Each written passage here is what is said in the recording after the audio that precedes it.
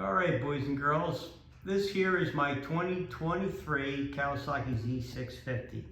So this is going to be a little bit over a year of ownership, so I just want to give my thoughts, kind of my synopsis of this bike. I picked this up back in May, so 2023, try to get that clear out. So I got a little over 5,700 miles on it. What I want to do is just go over some of the things that I do like and I don't like about the bike. So overall, yeah, I'm really happy with the bike. It is my first street bike. I had plenty of experience riding off-road, racing enduros, but I got out of it for a long time. I wanted to get back on a bike. Budget was a concern somewhat. So how this played out, I did a Kawasaki demo day back in September of 2022 at the local dealer by me, and this was one of the bikes that I had rode, and I was, pretty impressed with it. It has decent power for what it is. I know you could compare this to like a MT-07 Yamaha, which obviously does have a little better motor. At the time that I got this, Yamaha did not have traction control. This has traction control and ABS, which was actually an option. I think that I never rode the MT-07, but I'm sure they're pretty much a comparable bike. Obviously the new Suzuki, if I was in the market today, I have a demo date coming up. I'm gonna try one of them, but I probably would have got that over this, but nevertheless, I am a Kawasaki guy. So what I've done to it, I've done minimal things. I got the spools. I got two Woodcraft stands with spools. Put the Woodcraft sliders on there and the GB Racing covers for both sides. R&G grill guard, which is worth it because I'm sure that's an expensive fix. And I don't ride anybody, so I put the R&G blanking plates, took the pegs off, saved a little bit of weight. So what I like about the bike, if you were looking to buy one of these, obviously this color combination 2023 is it's sweet. I like the affordability. I do like the power. Yes, I would like to have more power, but it has decent enough power if you're going to ride it legal. Handles, okay. Comes with the Dunlop Road Sport 2, I think. Tires, they're decent. I think this bike would benefit from, an upgraded tire. I like the Z in the back. I think that's pretty trick, and all the lights being clear. Turn signals, which are LED. LED headlight. That thing's awesome. If you can't see that coming at you, then I don't know what I can say. It's like bright. See if I can catch. Got the four ways. So, like I said, what I like about the bike, the affordability of it. It's small enough, especially for a new rider to handle. It's like 414 pounds or so with fuel. So it's a small enough bike. It's easy enough to handle.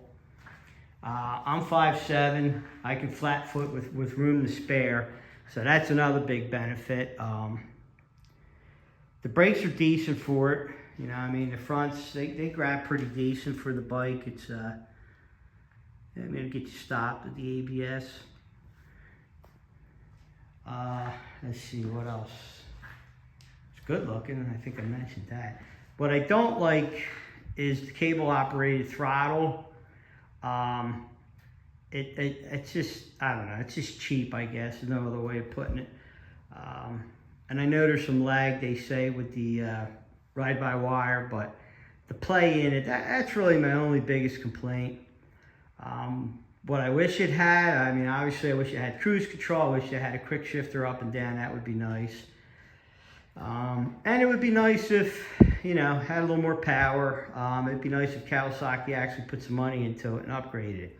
But on the other side of that coin, this motor is bulletproof. It's been around for a long time with, some modifications, but the reliability is another biggie for me, and I feel pretty confident riding this bike that it's reliable, and it's fairly cheap to operate. It does get really good gas mileage with it, unless you're gonna really wring it out, then it'll suffer.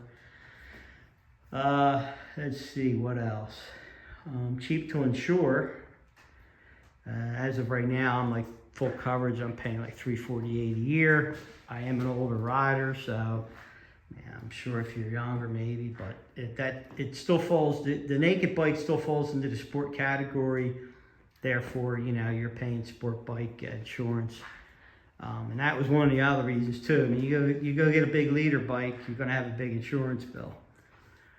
So, whether I keep it or not down the road, don't know. I may want to upgrade, get one more bigger bike.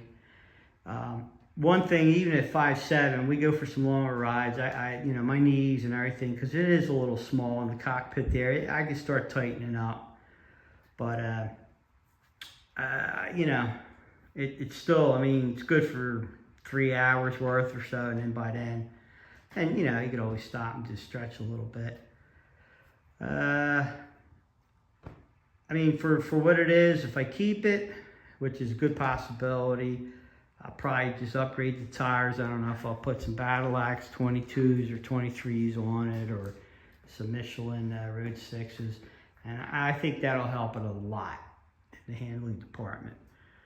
So, I mean, this is just a short take on what my feelings are with the bike. Again, I was a little bit biased because I kind of am a Kawasaki guy, but I also like a lot of other bikes. There is a demo ride coming up at the end of this month that Suzuki's going to have at my dealer, so I'm going to go down there just for fun and take that 8S out and see if down the road it would be worth upgrading to that, just to get a little better suspension, hopefully, and a little more power maybe. But at the same time too, I'm kind of interested in the Yamaha XSR 900 for the fact that it does have cruise control, being a bigger bike. And obviously a CP3 motor, which is freaking awesome.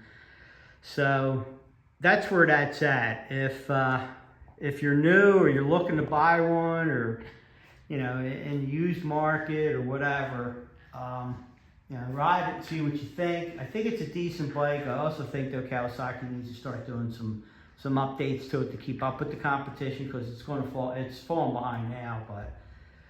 Like I said, for a first bike, low seat height, it's light enough to handle, and trust me, it may only be a 650, but it's got plenty to go.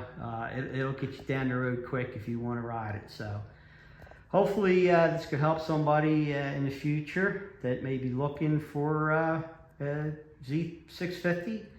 And like I said, my overall experience, I've had no issues with it, knock on wood, and I am very happy with the bike. And whether I get rid of it in time will tell. So that's it. Hopefully I covered most of just, shooting off the hip here, just my overall thoughts. So thanks for watching, and give it a ride. I mean, it's just not a bad bike for the money. So take care and ride safe.